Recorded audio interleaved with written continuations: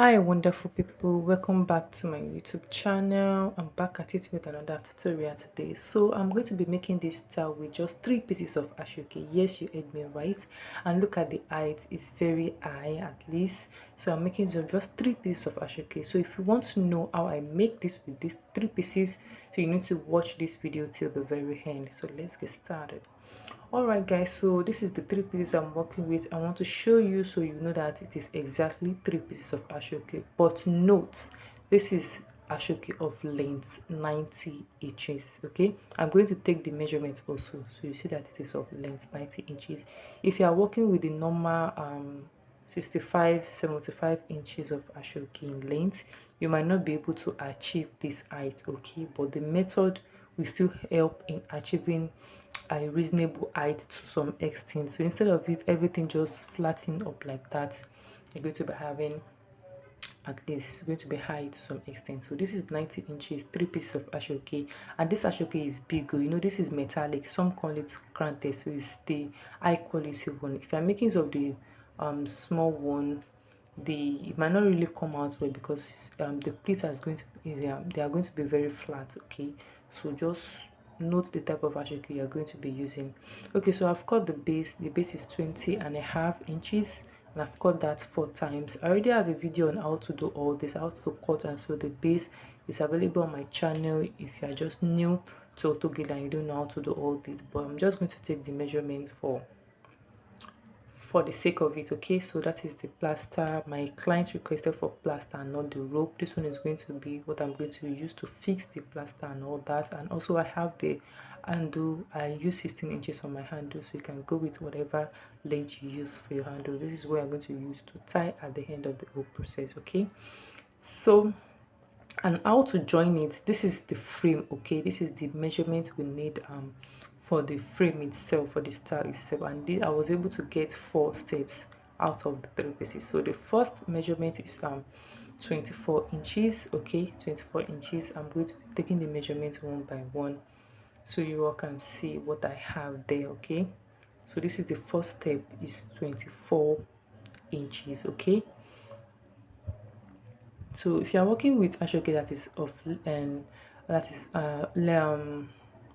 that the length is not up to 90, you might not be able to get 4 steps. It can be 3 steps, but at least it will still work. The second step is 28 inches, while the third step, I'm going to take the measurement,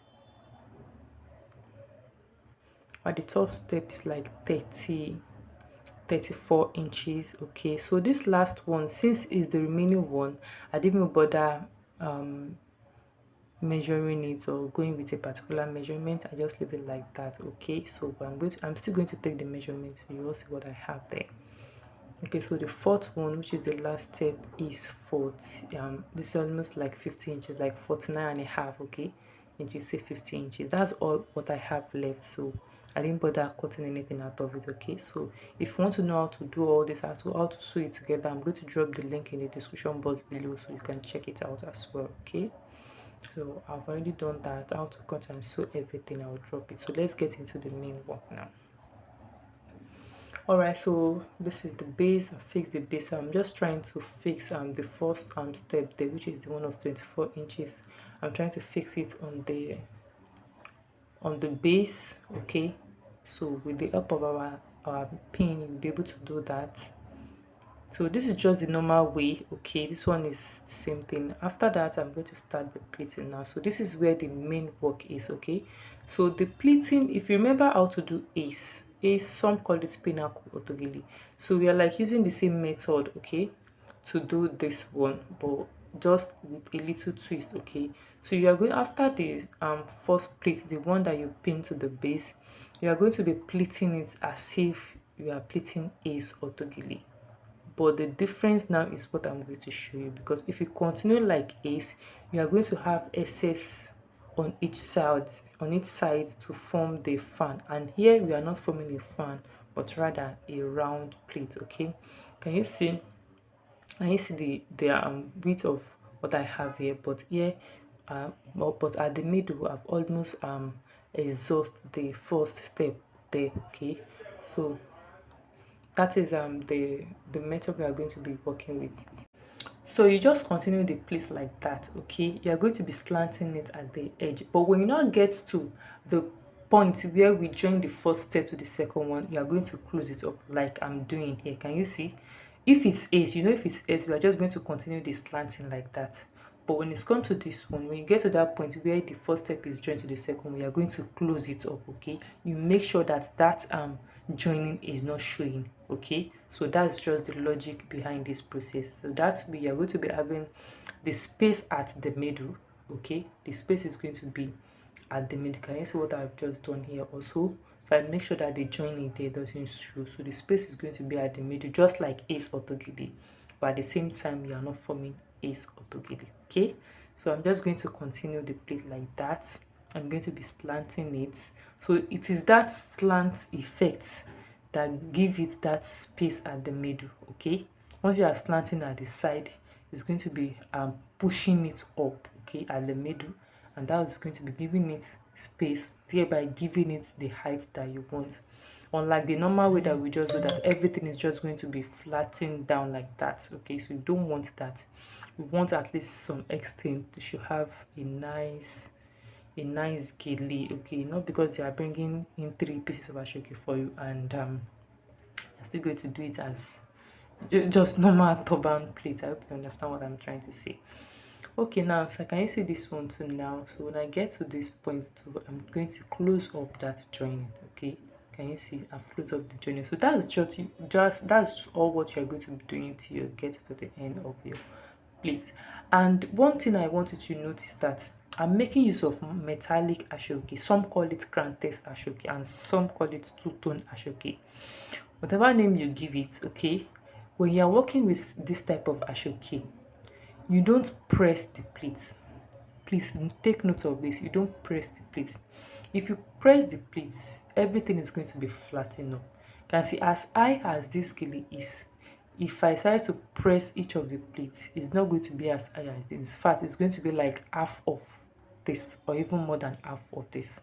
It's going to be very flat. So when you're dealing with crantex or metallic ashoke or two-tone ashoke, you don't flatten the plate, okay? You make sure that as you are plating, you don't touch the edge of the plate. That is very important. If you are working with cotton, that is fine. You can do whatever you like with it, okay?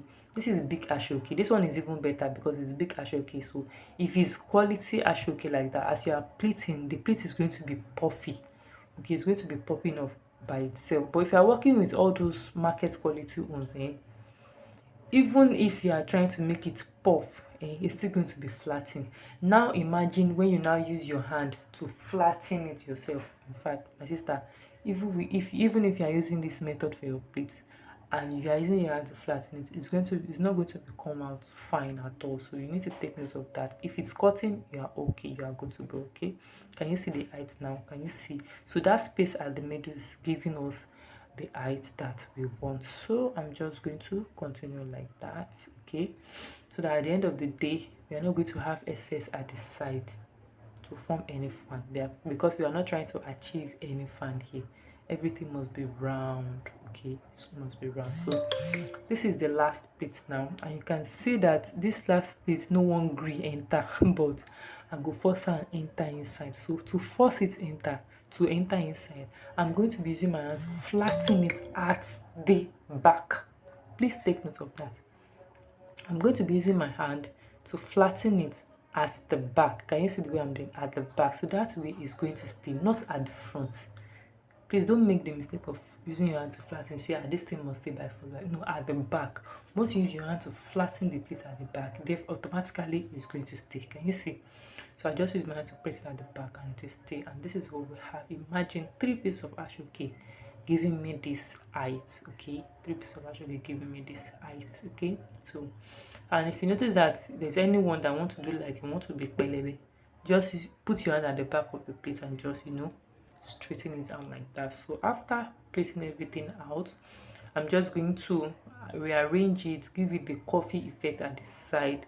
But for this particular style method, it's better it comes in an oval shape, oval in such a way that the side are a bit slimmer than then to now go all the way up like that. That's the beauty of this type of style. So you don't want to do the style in such a way that the side is now dropping.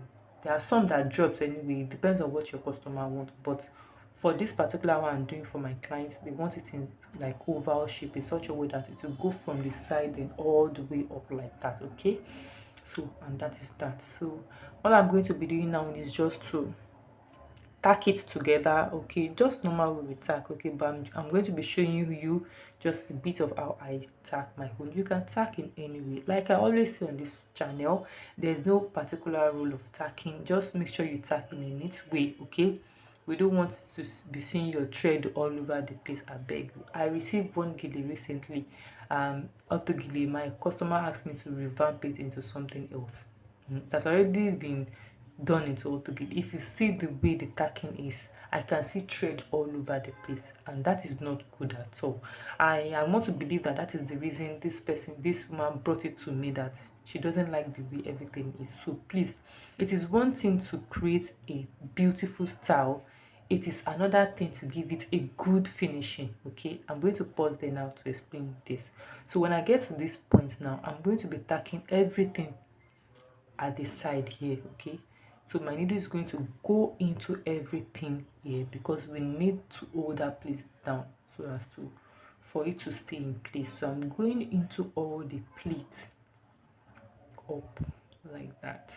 Can you see what I've done there? Okay, so after that, then I'll take it back from almost that same point. Okay, almost that same point, very close to each other. Now bring it all the way back, then coming out from underneath one of the plates like that. Then I'll continue my tacking. So just normal tacking, tacking the first one to the base, the first one alone, because the rest has space at the middle. So you don't want to tamper with that space, because it is that space that gives us the height, the shape, the beauty that we want. So you don't want to tamper with the middle. So that's why we tack it at the sides. We tack everything together at the side. So I'm just going to continue my tacking like that till I get to the other side. So back to what I'm saying. I said it is one thing to create a beautiful style. It is another thing to give it a good finishing. And there are some client that doesn't really, they don't care about how you tack. They just want the gele, to turn heads. That is fine. But there are some that you create beautiful style, they will mark it, check. And also, is your work neat? They'll mark it, check. Some are even after the neatness of your work. Okay, so you have to be very, very cautious of that. Create beautiful styles and also give it a good finishing. We all know that everybody know we use thread to tag these things, okay, but we don't want thread staying all over the place. Okay, so just make sure you tag in a neat way. So I've tagged the sides together here, so I'm just going into the edge here. So you just tack it together, just go into it like 3-4 times, like that, like that, like that. Okay, just normal way we finish off our gele. Okay, so just tack in a neat way. So at this point, if you've not subscribed to my channel, my sister, I'm watching you in 3D. Oh yeah, click that button now and subscribe so as to get latest tutorials from me. And don't forget to click on the notification bell button, because that is the only way you'll be getting the notification immediately I upload new videos. And please feel free to drop your comments and share with whoever you think might need this video.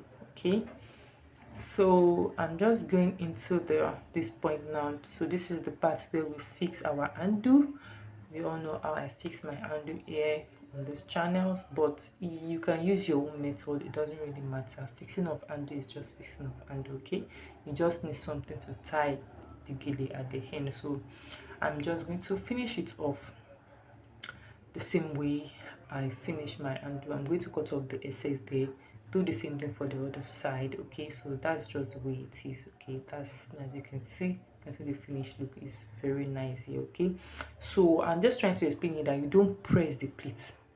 Don't use your hands to press it. When you are working with metallic ashoke, grantes ashoke, two-tone ashoke, rather, if you see that there is anyone that is a bit flat, just take your hand to the back and use your finger. So I'm just going to finish it off like that. So this is the finished look. I hope you enjoyed this tutorial. See you in my next video. Bye bye.